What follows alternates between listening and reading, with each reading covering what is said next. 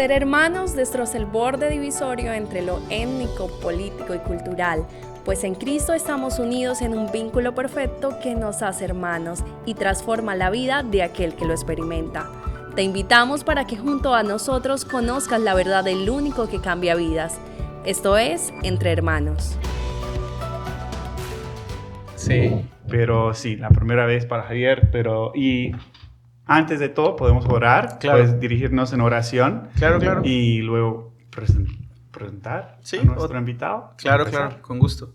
Excelente. Que oremos pues. Señor, te damos gracias esta tarde. Gracias porque nos das la oportunidad de exaltar tu nombre, Señor, a través de los testimonios que aquí escuchamos en esta conversación entre hermanos, Padre. Oramos desde aquí, Señor, por Andy, porque tenga un buen verano, Señor, para que tú puedas usarlo y desarrollarlo, Señor, donde quiera que esté, Señor, visitando a su familia, amigos y haciendo ministerio. También queremos orar por esta tarde, queremos orar por el profe Luis. Gracias por traerlo y por permitirnos escuchar su testimonio. En nombre de Jesús, amén y amén. Amén. Bueno, sí, soy Javier. Voy a estar con ustedes este verano compartiendo como host para las entrevistas de este podcast Entre Hermanos. Y esta tarde tenemos el chance de poder escuchar a nuestro querido profe Luis. Por favor, profe, es un honor para nosotros tenerlo aquí. Bienvenido. Muchas gracias. Realmente para mí es un gusto también poder estar aquí acompañándolos y espero que este tiempo sea de bendición y de ánimo para aquellos que nos están escuchando y nos van a escuchar. Amén. Gracias, profe. Bueno, tuve a profe Luis en 2 materias aquí. Ya pasamos, 3 materias. Ya pasé las que tenía que pasar con él. Pero sí, es un gran aprendizaje, así que estoy emocionado de poder compartir y conocerlo más sobre su testimonio. Bienvenido, profe. Profe, tenemos una pregunta para arrancar y es que nos cuente cómo fue su vida en la niñez, cómo fue, si ya conocía a Cristo o todavía no, o cuéntenos. Sí, yo crecí en un hogar católico. Lastimosamente crecí sin la influencia de mi papá, crecí con mis abuelos, ¿verdad? Creo que hasta un punto, ¿verdad? Triste, es un poquito típico en muchas de las familias latinas en donde quizás o no está mamá o no está papá y generalmente uno termina como niño creciendo con los abuelos. Sí. Entonces, yo crecí con mis abuelos maternos. Entonces, ellos como buenos católicos tradicionales me animaron a asistir a la iglesia católica, a asistir al catecismo, le decimos, en Paraguay, de donde soy originalmente. Eso iba a preguntar. Si quiere, díganos su nombre y de dónde es, de qué ciudad, país y todo esto para que los que nos escuchan puedan conocerlo, el trasfondo. Sí, mi nombre es Luis Jiménez con G. En Sudamérica, sí. En Paraguay, en Argentina, Jiménez es más común con G. No me di cuenta de que había una diferencia hasta que ya vine después aquí sí. a Estados Unidos, que es más común con la J. Sí. Entonces crecí en Paraguay, crecí y fui malcriado en Paraguay, ¿verdad? con mis abuelos. Y ya tengo alrededor de 15 años aquí en Estados Unidos, pero mi corazón y mi estómago es todavía paraguayo. Sí. ¿Cuántos idiomas, profe? Hablo 3 idiomas. En Paraguay, la gran mayoría de las personas son bilingües. Se habla el español y el guaraní, que es el idioma hablado por los nativos antes de que llegaran los españoles. Pero lo interesante del guaraní es que, aunque es un idioma indígena, es uno de los pocos idiomas en el mundo hablado por no indígenas. Okay. Entonces, alrededor del 98% de los paraguayos habla el guaraní, aunque no tienen trasfondo, aunque no son indígenas. Uh-huh. Y también, ¿verdad? Como somos país limítrofe con Brasil, muchos hablan el portugués. Yo entiendo el portugués nada más para defenderme. Y ya, lógicamente, estudié y al venir aquí aprendí el inglés. Entonces, 3 idiomas podríamos decir: español, inglés y guaraní. Entonces entre guaraní y tererés creció en un hogar católico. Así es. Ahí estaba. Ok. ¿Y cómo fue esa infancia? O sea, ¿se metió en la iglesia o era un asistente regular o cómo? Sí, bueno, desde pequeño se me inculcó la importancia de asistir a la iglesia. Entonces era algo tradicional, es lo que los niños de mi edad hacían. Vengo de un pueblo relativamente pequeño, entonces un pueblo, por lo menos en esa época, conservador, de valores bíblicos. Entonces asistía A las reuniones con mis amigos los sábados teníamos alrededor de 1 hora y media, lo que le llamamos el catecismo, en donde uno recitaba diferentes doctrinas de la Iglesia Católica y había un material que uno seguía y le enseñaban acerca de diferentes santos, rezos y algo bien sencillo, pero uno se memorizaba todos estos rezos y la idea era que uno lo estuviera practicando durante la semana en la casa. Entonces crecí así y es interesante que estando en la Iglesia Católica, una de las cosas que ellos enfatizan es de una u otra manera, portarse bien, especialmente como niño. Eso es lo que los padres, los adultos le inculcan. Como ser bueno, así es. Ser buena persona. Sí, uno tiene que ser una buena persona e incluso, ¿verdad? Está el hecho de que si no te portas bien vas a ir al infierno. Entonces, para poder ir al cielo necesitas portarte bien, necesitas ser obediente, necesitas ir a la iglesia.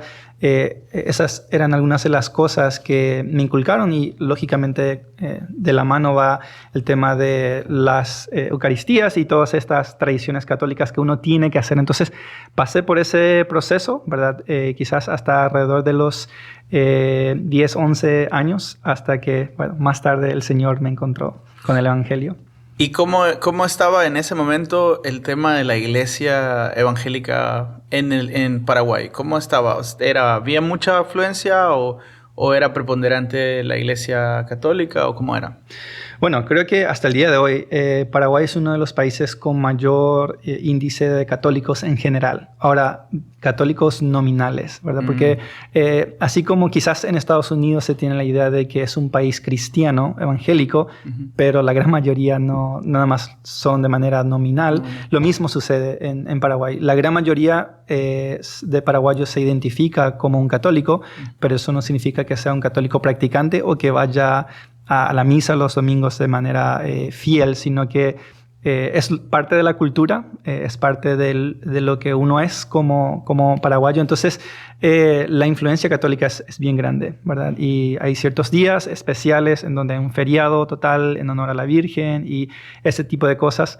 Entonces, la iglesia evangélica, por lo menos hace alrededor de 20 años atrás, estaba cobrando fuerza, pero lógicamente no al nivel del catolicismo. De la mayoría. Sí. Uh-huh.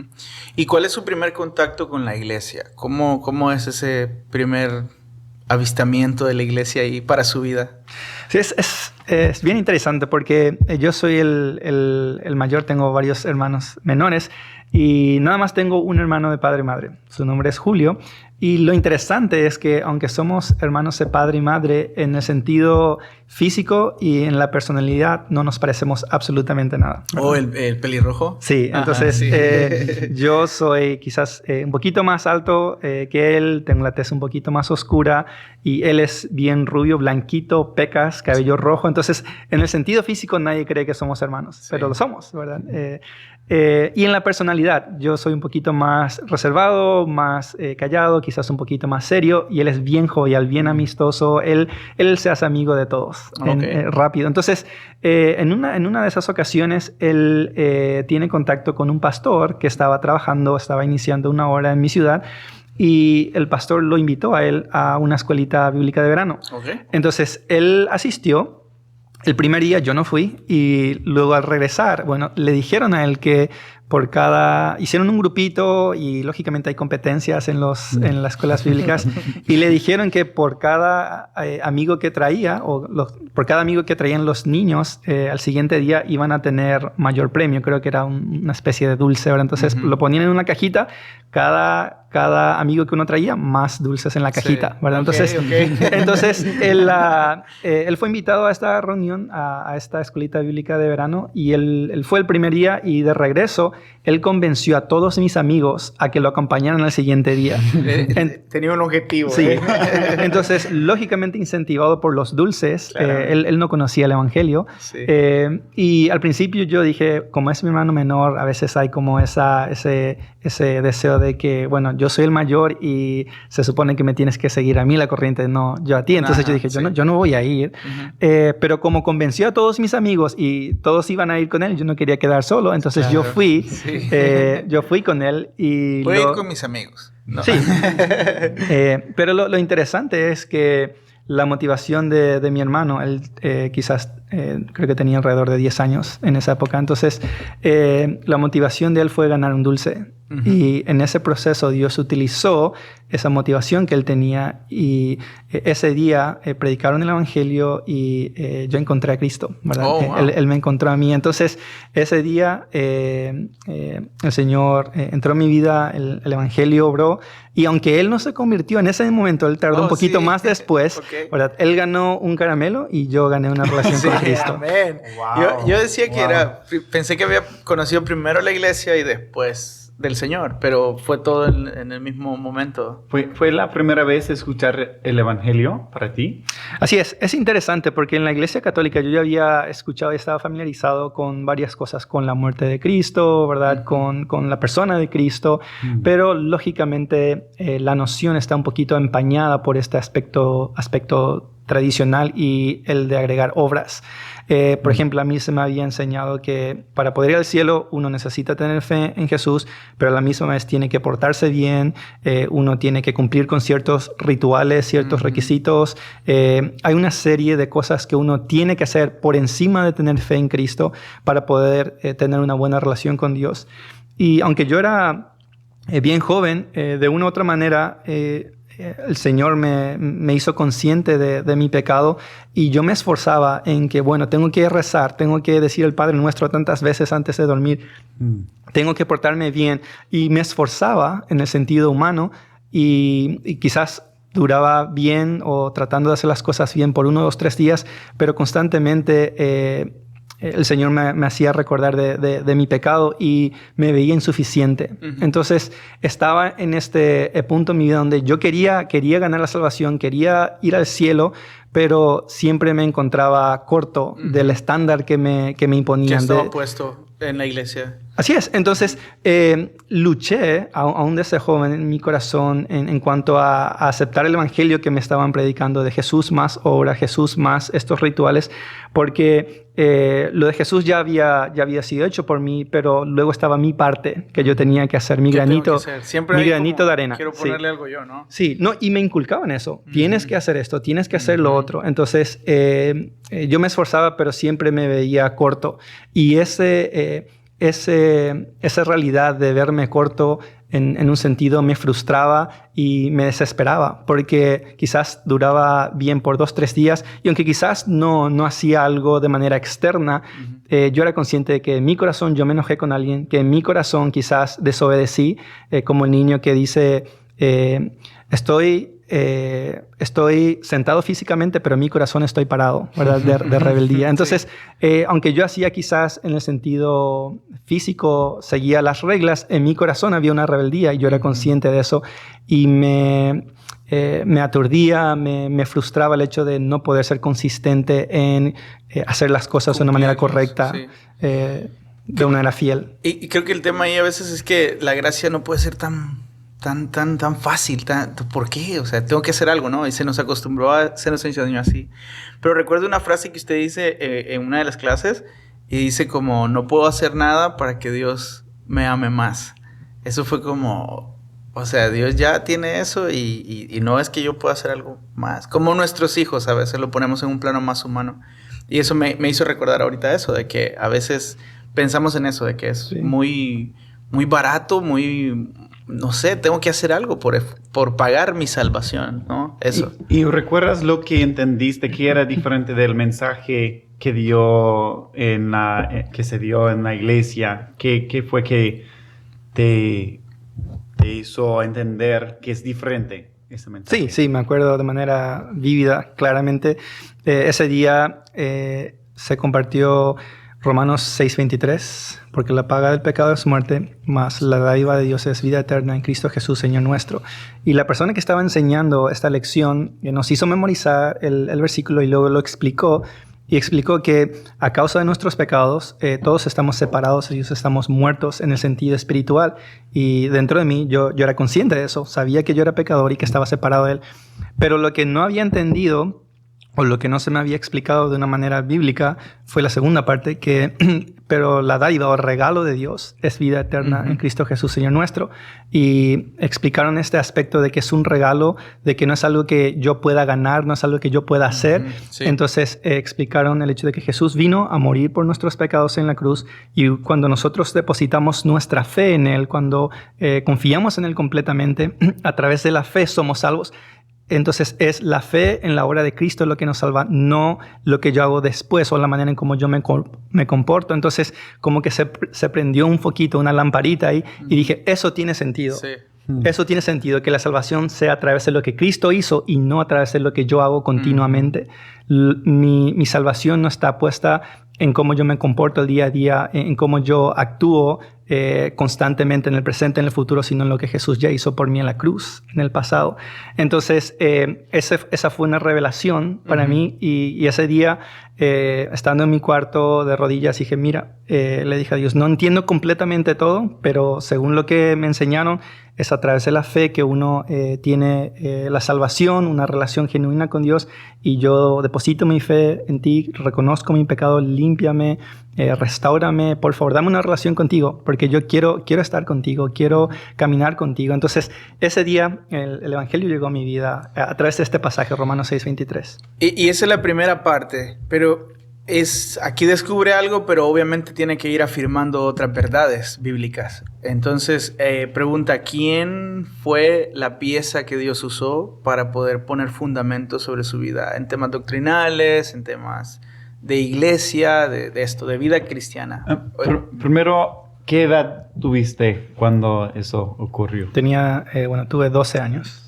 Ok, 12 años. Sí, ¿Y luego continuaste con esa iglesia? Eso va con Sí, la pregunta. ¿Qué pasó después? ¿Qué pasó? Sí, entonces ese día yo hice una profesión de fe, y luego el día siguiente nuevamente regresé a la escuelita bíblica, y lógicamente el tercer día se hizo la conclusión del evento, y luego preguntaron quiénes hicieron esta decisión, quiénes hicieron una profesión de fe. Entonces yo pasé al frente y compartí con las personas, y el pastor luego se acercó a mí, y entonces hablamos un poquito más. Me hizo una pregunta de ¿a qué te refieres cuando dices que aceptaste a Cristo? Explícame un poquito de qué fue lo que entendiste. Entonces él me ayudó en este proceso, y lo interesante fue que el pastor tenía varios hijos que eran de mi edad. Entonces en ese proceso los conocí y me hice amigo de ellos, y vivían cerca de mi casa. Entonces me invitaron a la iglesia el domingo. Entonces fui el domingo, y básicamente a partir de ahí empezó una relación con el pastor y con su familia, ¿verdad? ¿Cómo se llaman ellos? Brad Word, la familia Word. ¿O son misioneros? Sí. ¿Eran misioneros? Sí, ¿O sí. todavía siguen en Paraguay? Ahora ya han regresado a Estados Unidos. Ok, Sí. eran misioneros de Estados Unidos en Paraguay. Así es, y sí, vivían a unas cuadras de mi casa, estaban iniciando una iglesia. Entonces él me invitó a la iglesia, y algo que me impactó, y quizás es de una u otra forma Dios utilizó, fue que el pastor ese último día me dijo, mira, estoy muy contento de que hayas tomado esta decisión, y me gustaría regalarte algo. Y fue a su oficina y trajo una Biblia que tenía el Antiguo y el Nuevo Testamento. Okay. Y para mí eso fue algo totalmente Revelador. nuevo. Sí, porque la única Biblia que yo tenía en ese punto era la de los Gedeones, que tiene el Nuevo Testamento, el Proverbios y los Salmos. Sí. Entonces nunca había tenido una Biblia con el Antiguo Testamento incluido. Entonces ahí empezó un deseo, un hambre. Sí. Y el pastor me ayudó en este proceso. Empecé a leer la Biblia, y de manera diaria, y luego lo visitaba, y él muy dispuesto, cada vez que iba a su casa me recibía, respondía a mis dudas. Entonces básicamente por los siguientes 3, 4, 5 años él me estuvo discipulando de una manera informal, pero a la misma vez llevándome a todos los estudios que él tenía. Llegué a ser como su hijo. Es interesante porque tiene 12 años, profe, y 4 años más, dice, de discipulado más o menos. Está hablando de discipular a un adolescente. Usted podría decir como, ¿por qué sería importante? O sea, estamos viendo un ejemplo claro, pero mayormente considero que estamos ignorando a ese bloque porque decimos, no se deciden, son inmaduros, o no sé, cosas así. ¿Por qué deberíamos de atender a los adolescentes? ¿Cree usted que podría decir algo en cuanto a esto? Sí, bueno, estadísticamente una persona forma sus valores, sus hábitos, quizás a partir de los 4 años hasta los 18. Quizás cuando uno sale de su casa a los 18, 19 años, ya tiene una muy buena idea de qué le gusta, de cuáles son cuál es la manera de ver el mundo. Entonces, yo creo que esta etapa de la adolescencia es un tiempo de mucha formación, donde uno o abraza ciertos valores o se deshace de ellos.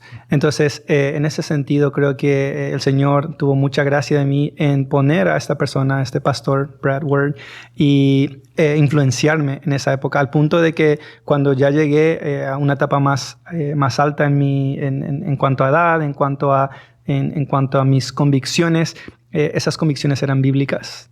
Cuando ya llegué a una edad en donde generalmente mis amigos en la escuela empezaban a tener novias, empezaban a decidir en cuanto a qué carrera estudiar, la manera en cómo yo pensaba estaba guiada por toda esta influencia en valores bíblicos. Sí, o sea, es súper importante el tema de saber liderar o guiar a alguien que todavía no sabe qué, pero es el tema de invertir tiempo en los niños o en los adolescentes es importante. Ahora, este pastor dice, invierte su vida en usted y usted ha tomado una decisión de seguir a Cristo y ya no está luchando por demostrar algo a Jesús. ¿Cómo cambia eso en su vida de servicio, por ejemplo? Ahora servía, pero con otra idea. Pero ¿cómo cambia esta forma de servir a Dios? Sí, entonces hay una gran diferencia entre obedecer por temor y obedecer por amor. Entonces, una vez que Cristo llega a mi vida, que Él me encuentra, se produce lo que el Apocalipsis llama el primer amor, ¿verdad? Entonces, yo estaba muy, muy emocionado, muy contento leyendo mi Biblia cada día, siendo discipulado por el pastor. Entonces, eso de manera integral, de manera normal, lleva al servicio. Al estar leyendo, al estar constantemente uno... De forma natural. Sí, saturado con la palabra del Señor, uno empieza a compartir lo que el Señor le está enseñando en su casa, uno empieza a compartir en el grupo de jóvenes. ¿Alguien tiene algo para compartir hoy?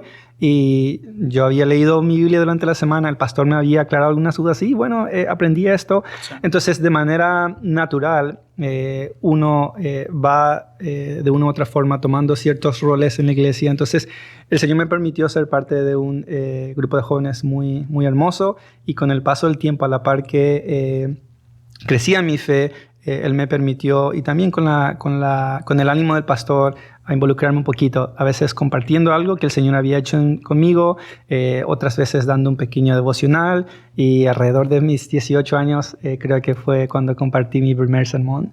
Entonces creo que fue clave el hecho de el ánimo del tiempo que el pastor pasó discipulándome y ayudándome a crecer en este aspecto doctrinal y también del servicio. Y otra cosa creo que es vital es que yo veía eso en mi pastor.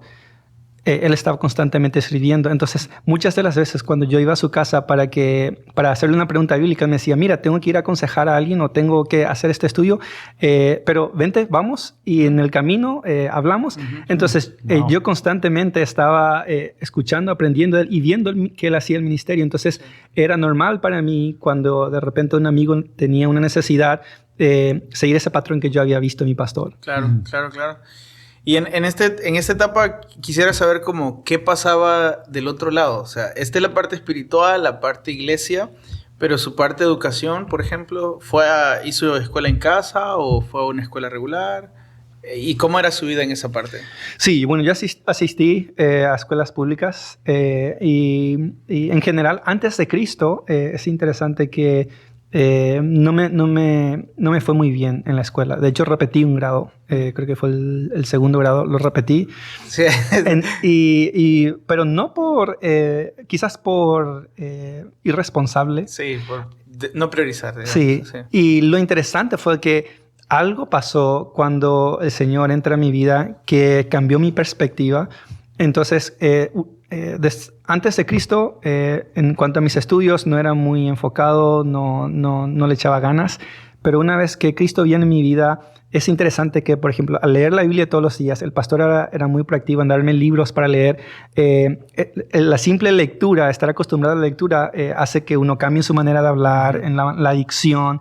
Entonces, el Señor, a través de todo esto, hizo que empezara a tener mejores calificaciones. Y por su gracia, a partir de mi conversión en adelante, constantemente me permitió ser uno de los primeros en mi clase. Entonces hubo una gran diferencia entre antes de Cristo en el aspecto académico, en el aspecto de la escuela, y después de Cristo. Wow. Y quizás había un sentido más de responsabilidad también hacia el Señor, y sabiendo, ¿verdad?, la influencia que otras personas tenían en mi vida. ¿Y en el caso de su casa, profe? Porque todos tenían el background de ser de la iglesia tradicional, y ahora usted ha decidido tomar el paso de ir con la iglesia evangélica. ¿Cómo lo tomaron ellos?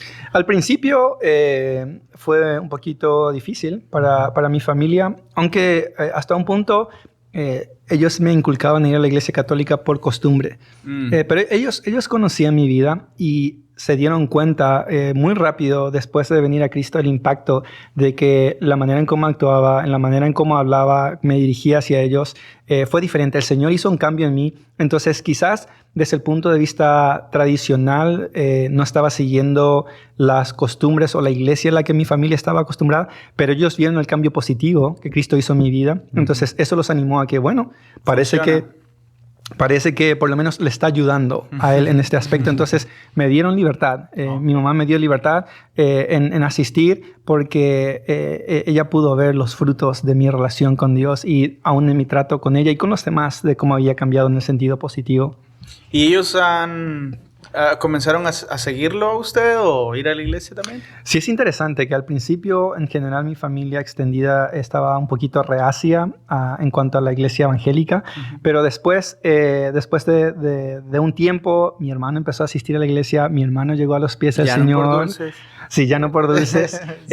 Y el Señor empezó a utilizar, ¿verdad? Mi conversión, la conversión de mi hermano, luego mis familiares empezaron a asistir, y varios de mis familiares en el sentido extendido, tíos, primos, empezaron a asistir a la iglesia, también a tener una relación con el Señor. Y hoy día, gracias a él, gracias a su obra, gran parte de mi familia profesa o está asistiendo a una iglesia evangélica donde se está enseñando la Biblia y compartiendo el evangelio en el sentido íntegro y sano.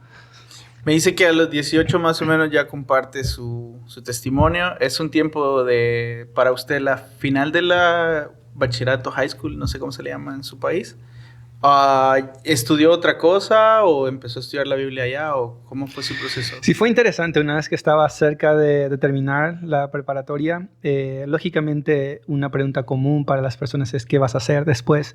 Y al hablar con mis compañeros, la gran mayoría tenían en su mente aspectos financieros, bueno, quiero ser un doctor, quiero ser un abogado, quiero ser un ingeniero, y yo... algo que genere plata. Claro, sí. Entonces yo me puse a pensar... Espera un momento. Eso es una muy buena pregunta y respuesta. Tenemos que tomar la pausa y ya regresar. Gracias por estar con nosotros. Para conocer más de nuestro seminario, puedes seguirnos en nuestras redes sociales como @Seminario Bíblico Río Grande y en nuestro sitio web como riogrande.edu. Continuamos con Entre Hermanos. Ya, ok, bien. Bueno, entonces al llegar a la etapa donde tenía que elegir una carrera, fue difícil para mí en un sentido porque dentro de mí estaba el deseo de conocer más de la palabra de Dios. Y es interesante que mientras más uno conoce de la palabra de Dios, mientras más profundiza uno en temas teológicos, más uno se da cuenta de que no conoce nada. Sí. Entonces, mi deseo era, quiero conocer más a este Dios. Leyendo mi Biblia, siempre habían cosas nuevas que quería aprender. Entonces, por un lado estaba ese deseo de que quiero ir a un seminario, quiero profundizar, quiero afianzar mi conocimiento de Dios, de su palabra. Quiero ayudar a otros en conocer más a la palabra de nuestro Señor. Pero por otro lado estaba la presión familiar de que tienes que estudiar una carrera que te dé dinero. En algún momento vas a querer tener una familia.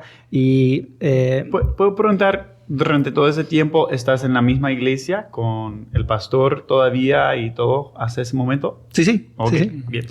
Entonces estaba la presión por un lado familiar de que tienes que estudiar algo que te dé dinero, que te permita tener unos ingresos para los gastos de la vida.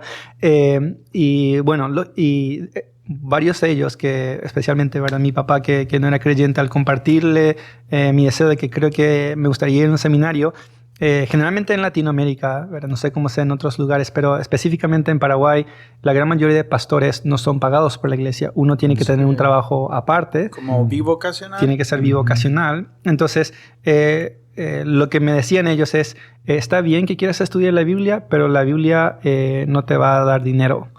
Entonces, desde el punto de vista secular, me animaron a que estudie algo que te dé dinero y después, si tienes tiempo, puedes meterte a un seminario, pero tienes que priorizar el aspecto monetario, el aspecto financiero.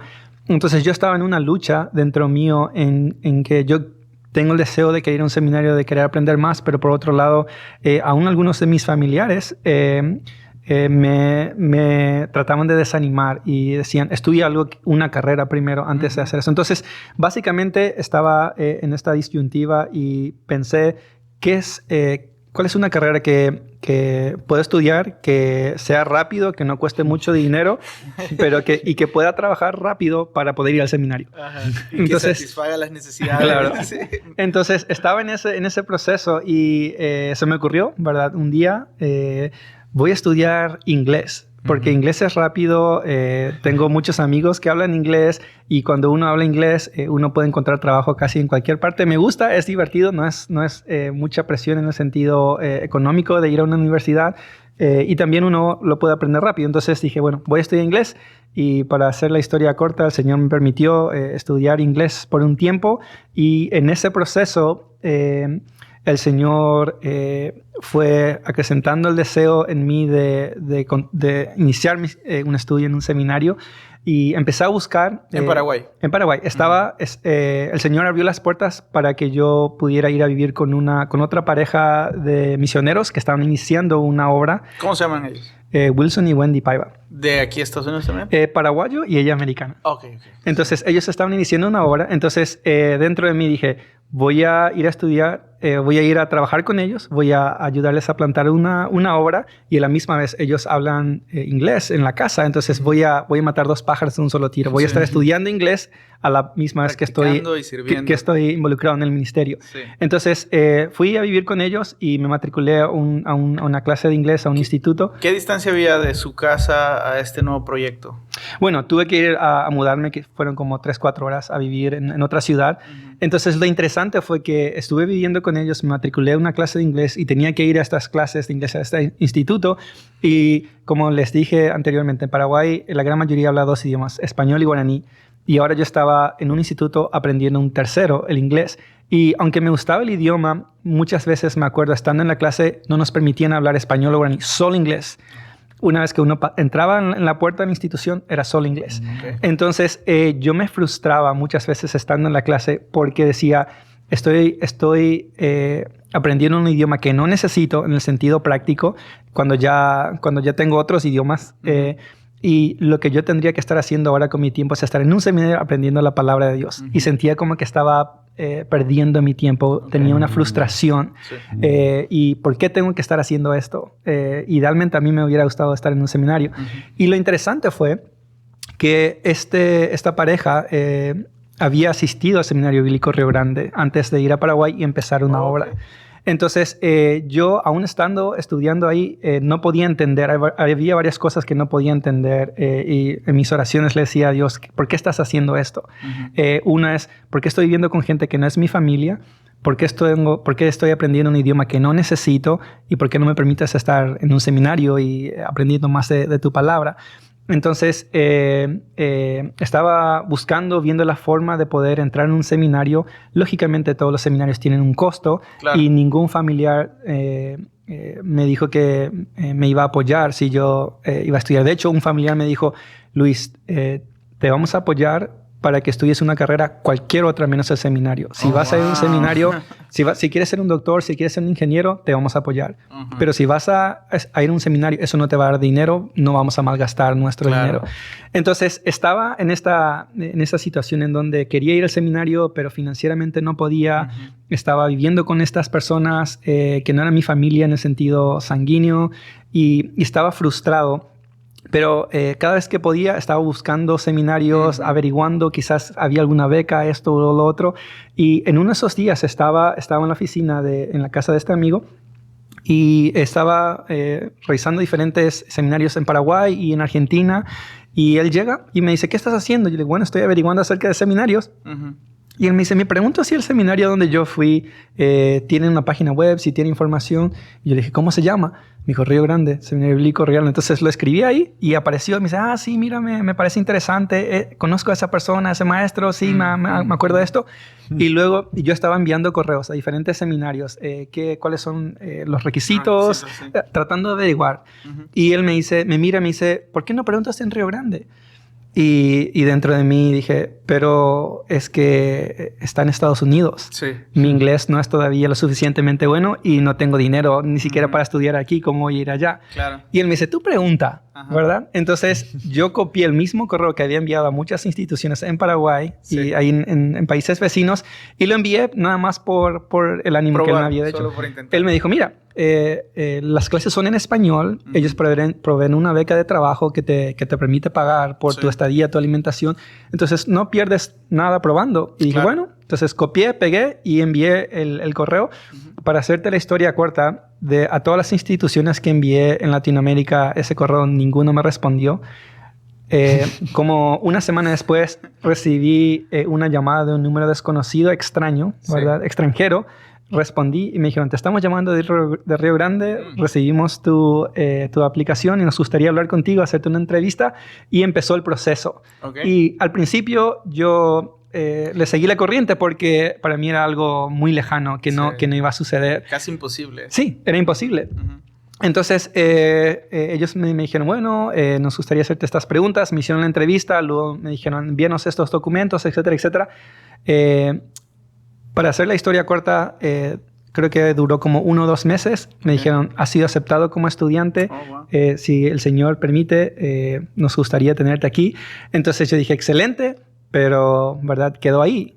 Y ¿Qué año hablamos? Perdón, profe, ¿qué año hablamos? Estamos hablando alrededor del 2008, más o menos. Entonces, fue interesante porque en ese transcurso, un amigo obtuvo o me ayudó a obtener una beca para estudiar en un seminario en Paraguay. Justo en ese proceso en el que estaba enviando los papeles. Y entonces yo estaba, mi pastor en ese momento estaba aquí en Estados Unidos. Entonces yo estaba muy contento de que parece que alguien va a ayudarme a estudiar en un seminario en Paraguay. Entonces le informé a mi pastor, parece que me van a dar una beca, voy a este seminario aquí en Paraguay y estoy muy contento. Y yo nada más informándole a él como mi pastor, como su ovejita, de lo que Dios estaba haciendo. Y él me pregunta, ¿qué seminario es? Y al hacerme más preguntas se dio cuenta de que no era un seminario con doctrina sana. Entonces yo estaba muy emocionado. Creo que hablé con él como un sábado. El lunes yo tenía que empezar las clases. Era algo totalmente nuevo que una beca secular se aplicara para un seminario. Entonces, era una gran oportunidad. Sí, era una gran oportunidad y yo pensando, Dios está abriendo las puertas. Claro. Y hablando con mi pastor, me dice, mira Luis, yo sé que estás emocionado, que quieres ir al seminario, pero me gustaría que esperes.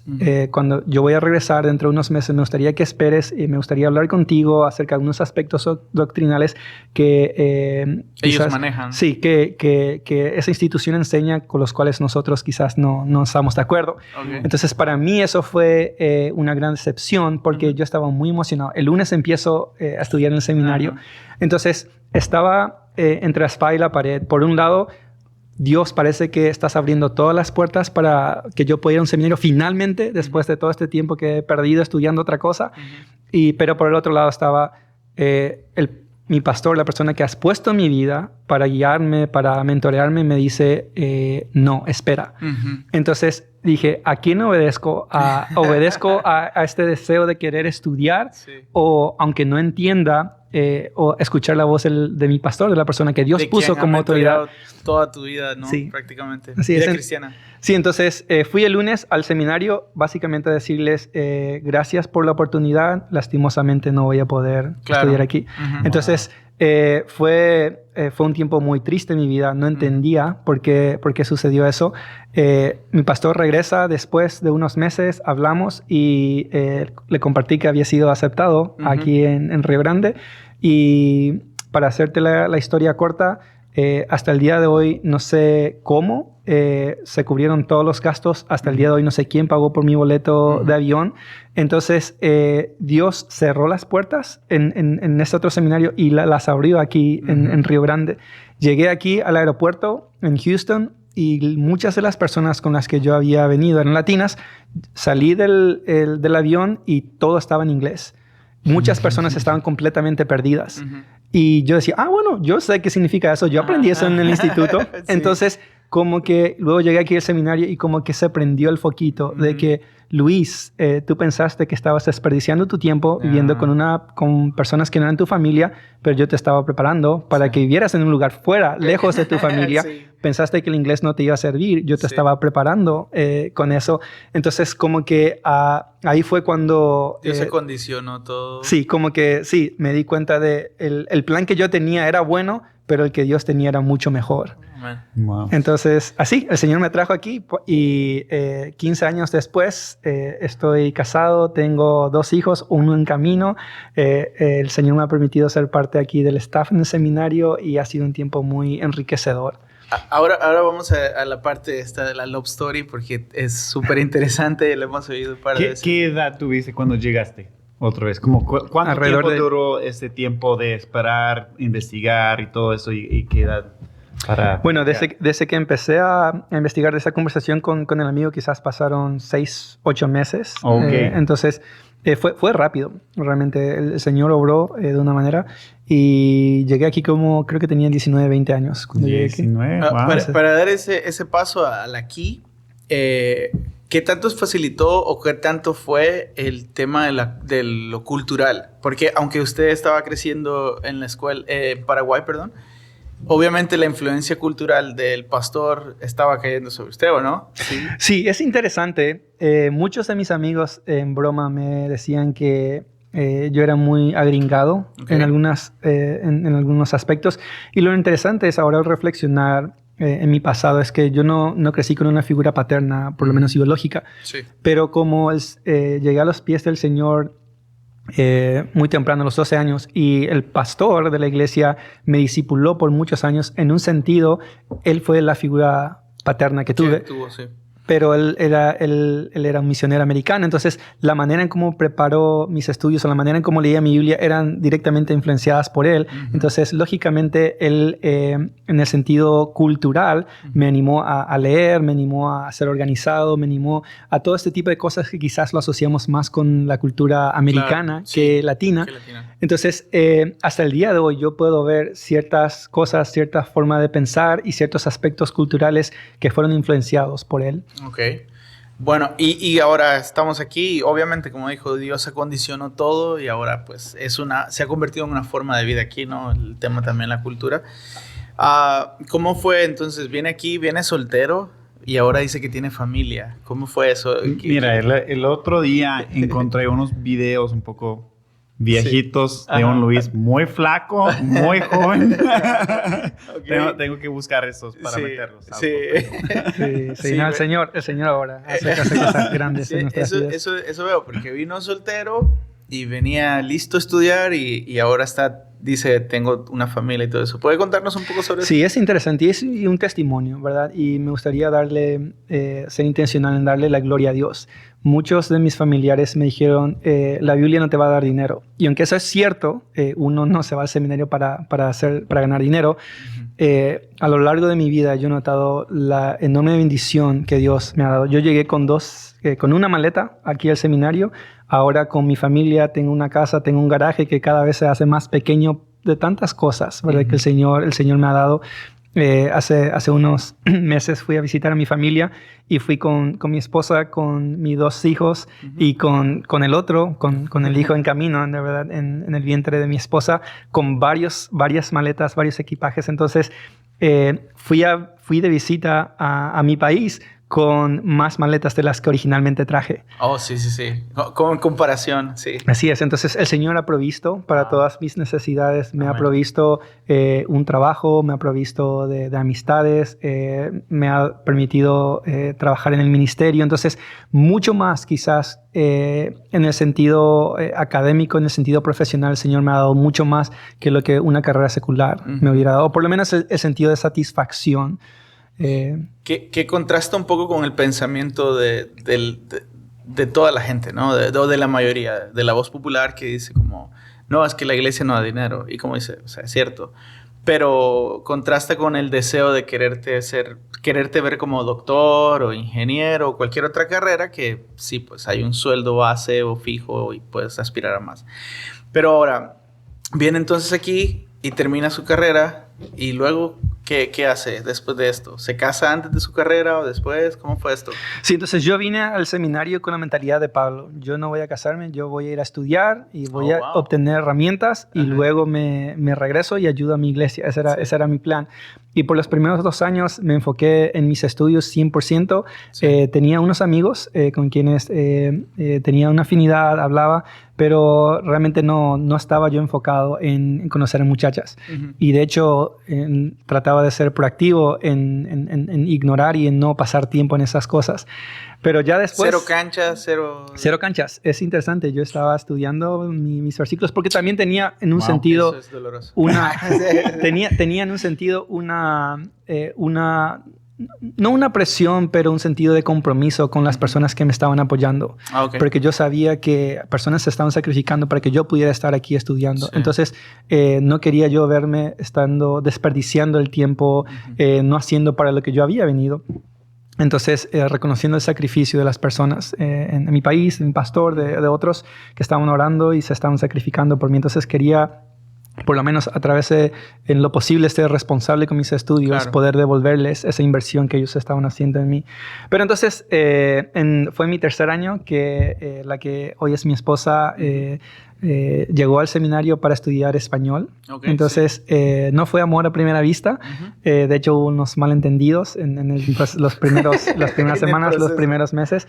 Pero mi esposa es originalmente de Colorado. El Señor la trajo al seminario para estudiar español. Y ella quería estudiar español, ella quería conocer más de la cultura latina y yo quería casarme con una muchacha bonita. Entonces le dije, si quieres te enseño español y aquí nos tienes. Y ganamos. Sí, los dos ganamos. Sí, nada más para los que nos escuchan y nos ven, el Seminario Bíblico Río Grande o Río Grande Bible Ministry tiene 2 opciones de estudio. Para el español tenemos la Escuela de Biblia y hay diferentes énfasis. Pero también existe un programa que se llama ICS, Intercultural Studies. Yeah. Entonces, y eso está enfocado a misioneros que hablan inglés, pero que quieren aprender español y dura 1 año.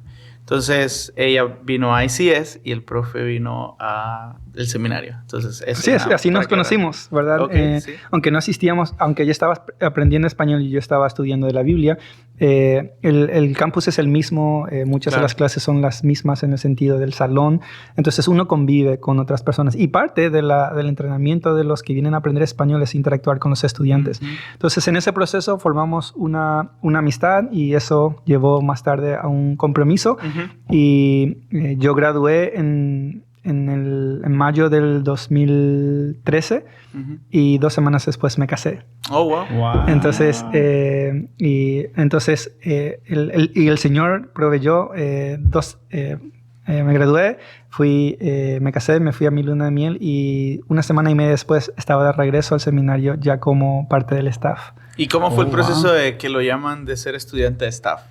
Sí, es interesante. En mi época había un programa que se llamaba Timoteo. Entonces, lo que hicieron los líderes del seminario fue que se dieron cuenta que muchas de las personas que tenían cargos específicos ya estaban en una edad madura y que quizás a futuro se necesitaba reemplazar con gente un poquito más joven.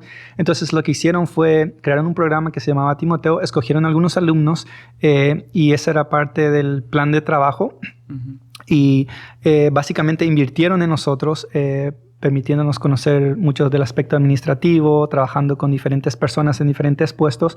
Y lo que quisieron fue ayudarnos a poder tener experiencia en el sentido de lo que es trabajar como un staff aquí, lo que es tener roles administrativos, con el deseo de que si el Señor permitía que algunos de nosotros nos quedáramos y que si no, por lo menos nos sea útil en nuestro ministerio futuro. Entonces, fue mi segundo año que creo que en ese entonces el que era decano académico me dijo: Luis, nos gustaría que formes parte de este grupo de alumnos y nos gustaría invertir en ti, y nuestro deseo es, si el Señor te guía, que al culminar tus estudios puedas quedarte y en algún momento nos ayudes como maestro en algunas de las clases y algunos aspectos administrativos. Yo no sabía esa parte. Wow. Pero su esposa no es... Sí se vinculó con la iglesia, pero ella tiene su profesión, ¿cierto? Y algunos podrían preguntarse, bueno, ¿tenemos que ser como todos en lo mismo? ¿O cómo cuéntenos su experiencia? Porque ella tiene su profesión y usted tiene su profesión. Así es. Mi esposa es enfermera. Ella llegó aquí ya, aunque ella llegó joven, aquí creo que es sus 19 años, ella había graduado como enfermera bien joven. Entonces, ella quiso aprender español para utilizarlo como parte de su trabajo y a la misma vez para hacer ministerio, viajes misioneros. Entonces, ella ya llegó con un título de enfermera y luego, después de casarnos, ella estuvo ayudando aquí en el seminario en algunas áreas. Estuvo ayudando en la escuela de idioma, en el ICS. Uh-huh.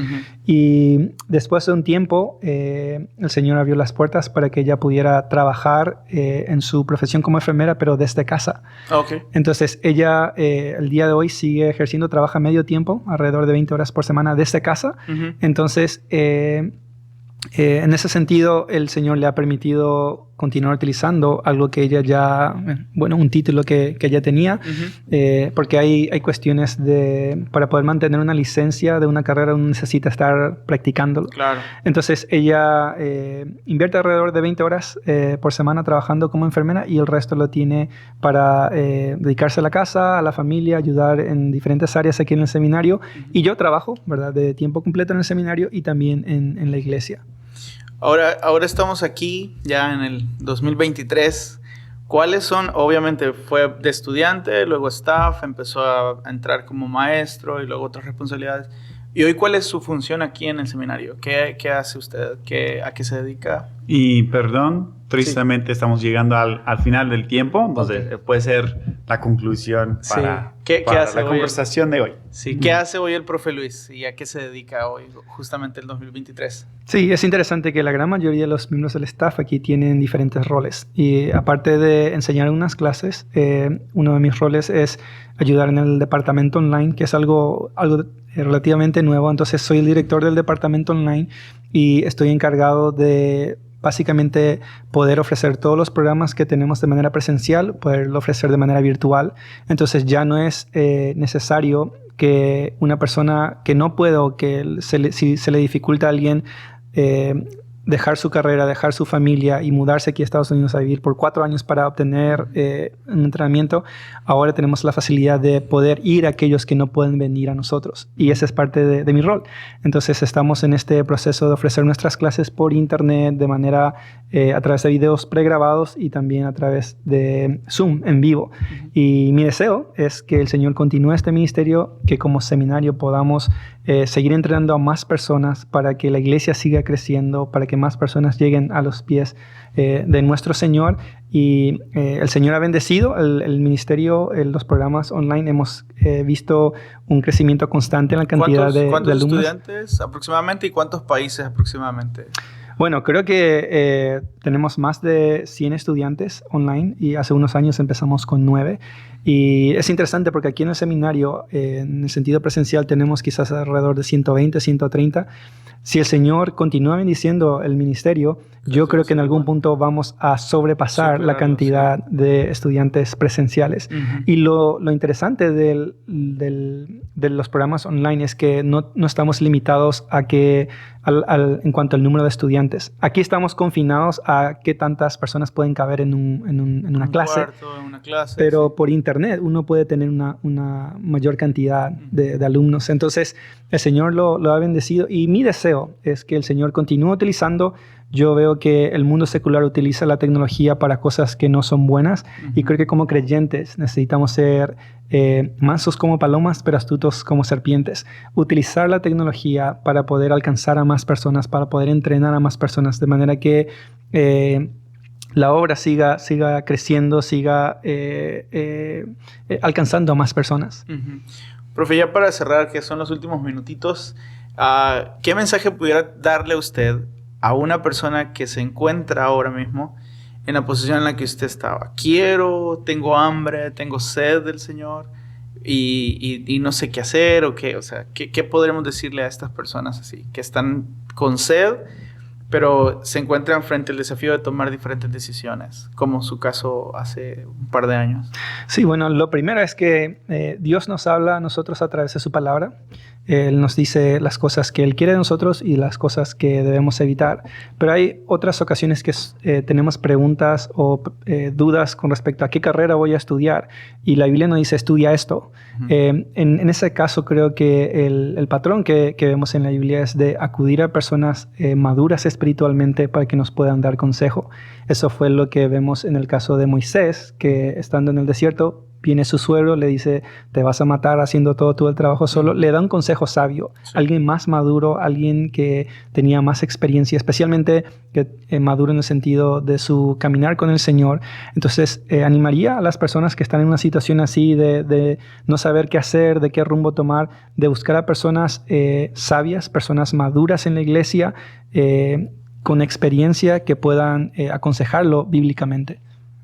Profe, muchas gracias. Muy agradecido por su tiempo y por compartir con nosotros su testimonio. Gracias de verdad. A ustedes, ha sido un gusto. Bendiciones. Hola, soy Billy Jackson, el director del podcast. Gracias por escucharnos. Si disfrutaste el episodio, por favor, déjanos un comentario, una calificación, un rating. Por último, puedes suscribirte para no perder ningún episodio. Si quieres conocer más del Seminario Bíblico Río Grande, puedes en la página web riogrande.edu. Gracias por ayudarnos a crecer como podcast. Muchas gracias.